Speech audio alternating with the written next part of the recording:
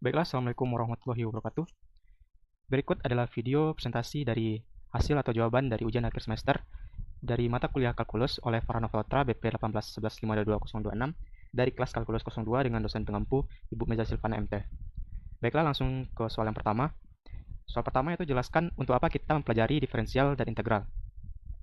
Jadi kegunaan kita mempelajari diferensial itu, persamaan diferensial ini memegang peranan penting dalam rekayasa, fisika, ilmu ekonomi, dan berbagai macam disiplin ilmu lainnya.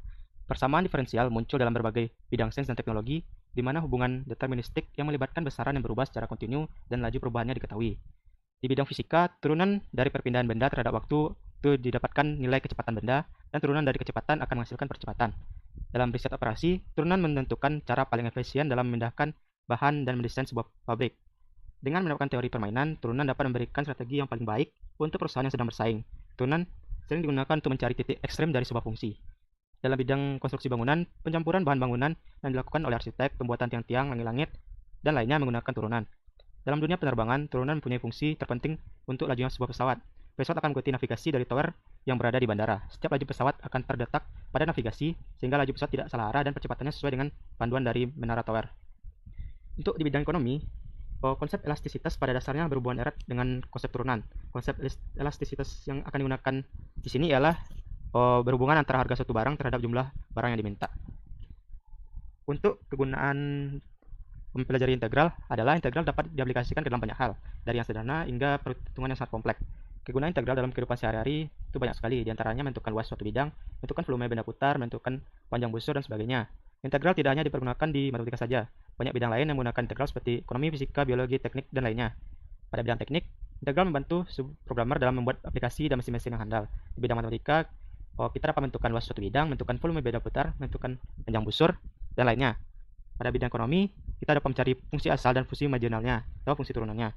Kita dapat mencari fungsi penerimaan total dari sebuah fungsi penerimaan marginal. Kita dapat mencari fungsi konsumsi dari fungsi konsumsi marginal. Untuk di bidang teknologi, penggunaan laju tetesan minyak dari tangki untuk menentukan jumlah kebocoran selama waktu tertentu dapat digunakan fungsi integral. Penggunaan kecepatan pesawat ulang-alik NDA4 untuk menentukan ketinggian maksimum yang dapat dicapai pada waktu tertentu.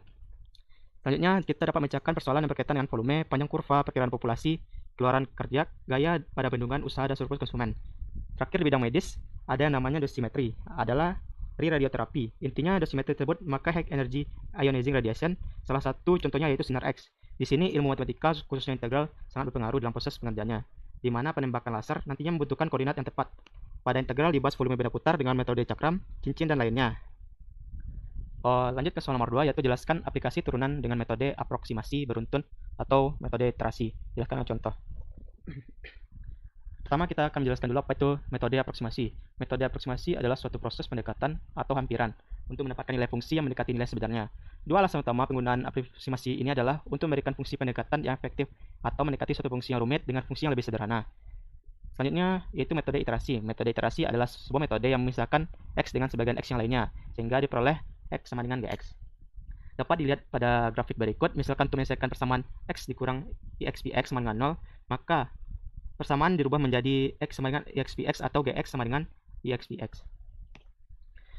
Selanjutnya yaitu metode Newton. Metode Newton adalah suatu teknik untuk mendekati pembuat 0 dari suatu fungsi. Metode ini menggunakan garis singgung untuk mendekati perpotongan suatu grafik fungsi dengan sumbu X. Metode Newton didasarkan pada asumsi bahwa grafik X dan garis singgungnya pada X1, fx1 memotong sumbu X kira-kira pada titik yang sama. Karena kita dengan mudah dapat menentukan titik potong garis singgung dengan sumbu X, kita dapat menggunakan titik tersebut sebagai perkiraan kedua, dan biasanya lebih baik untuk mendekati pembuat 0f. Garis singgung tersebut menyinggung pada titik X1 dan fx1 dengan gradien turunan dari fx1. Contoh soalnya dengan menggunakan metode Newton adalah sebagai berikut. Hitunglah 3 iterasi metode Newton untuk mendekati pembuat 0 dari fungsi fx sama dengan x kuadrat kurang 2.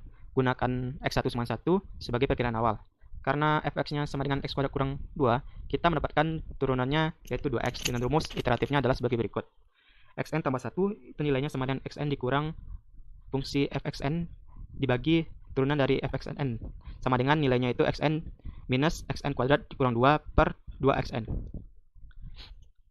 Dari perhitungan tadi kita mendapatkan nilai sesuai dengan tabel berikut ini. Perhitungan 3 iterasi metode Newton fungsi yang dapat diberikan adalah sebagai berikut dengan nilainya n dari 1 sampai 4. Dari tabel ini tentunya dalam kasus ini kita dapat mengetahui dua pembuat 0 fungsi tersebut adalah plus minus dari akar 2.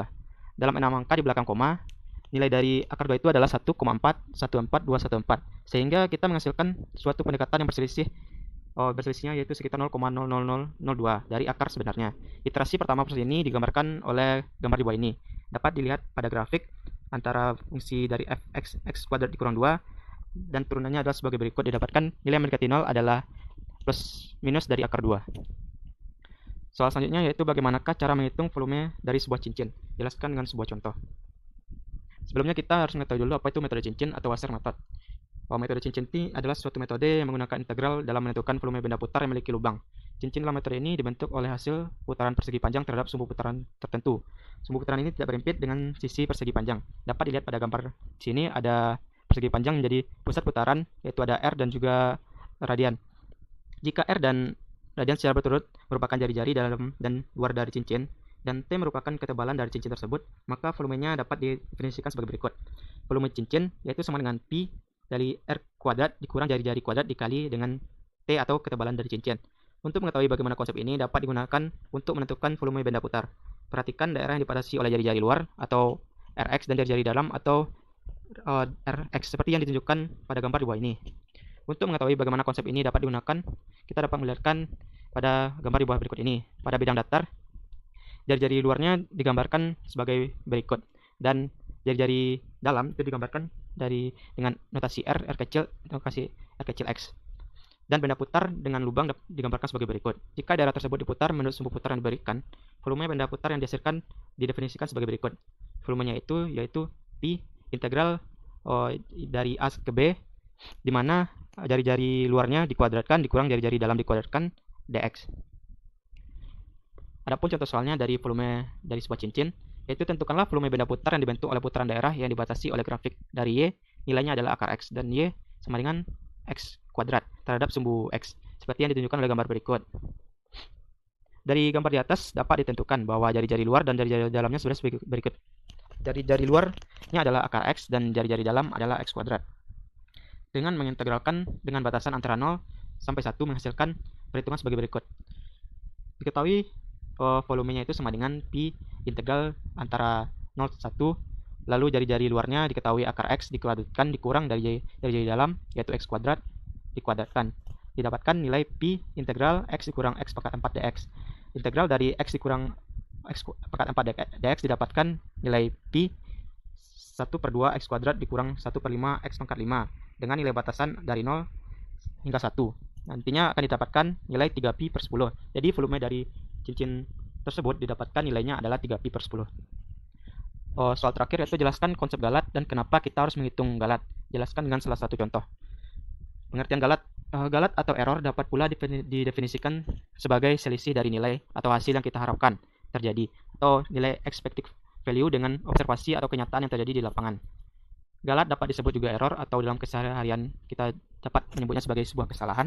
Kesalahan yang dimaksud di sini adalah kesalahan dalam proses pengambilan data. Menurut buku karangan Suntoyo Yitno Sumarto tahun 1993, galat adalah keanekaragaman atau variabilitas yang disebabkan oleh ketidakmampuan materi percobaan atau objek percobaan untuk berperilaku sama dengan percobaan sebelum-sebelumnya atau percobaan tersebut.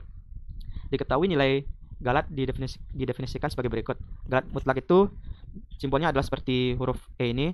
Galat mutlak diketahui nilainya itu adalah nilai A dikurang nilai A hampiran, atau dapat dilihat pada simbol sebagai berikut. Simbol tersebut disebut dengan nilai hampiran. Lalu galat relatif itu adalah nilai galat dibagi nilai A atau nilai A sejati dikali 100%.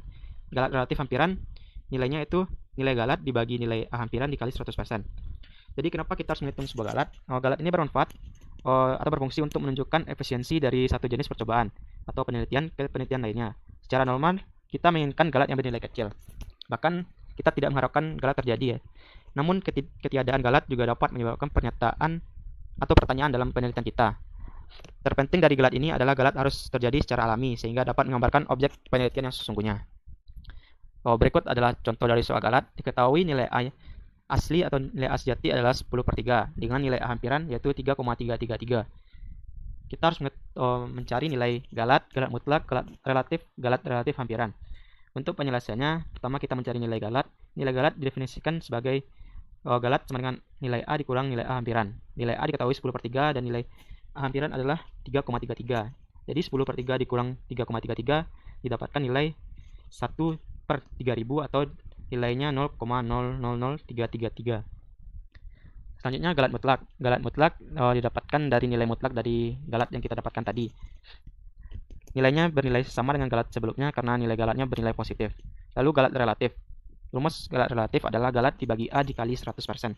Nilai galat adalah 0,00333 dibagi 10/3 dikali 100% didapatkan nilai 0,01%. Yang terakhir yaitu galat relatif hampiran.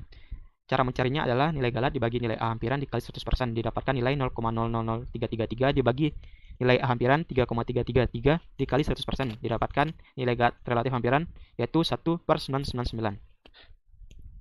Oh baiklah, mungkin sekian dari jawaban ujian akhir semester kalkulus dari saya.